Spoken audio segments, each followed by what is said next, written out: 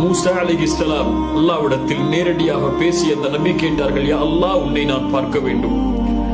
மூசா, லன் தரானி, உன்னால் என்னை பார்க்க முடியாது மூசா. வலாக்கின் இன்துர் இலல் ஜபல், அந்த மலையை பார்.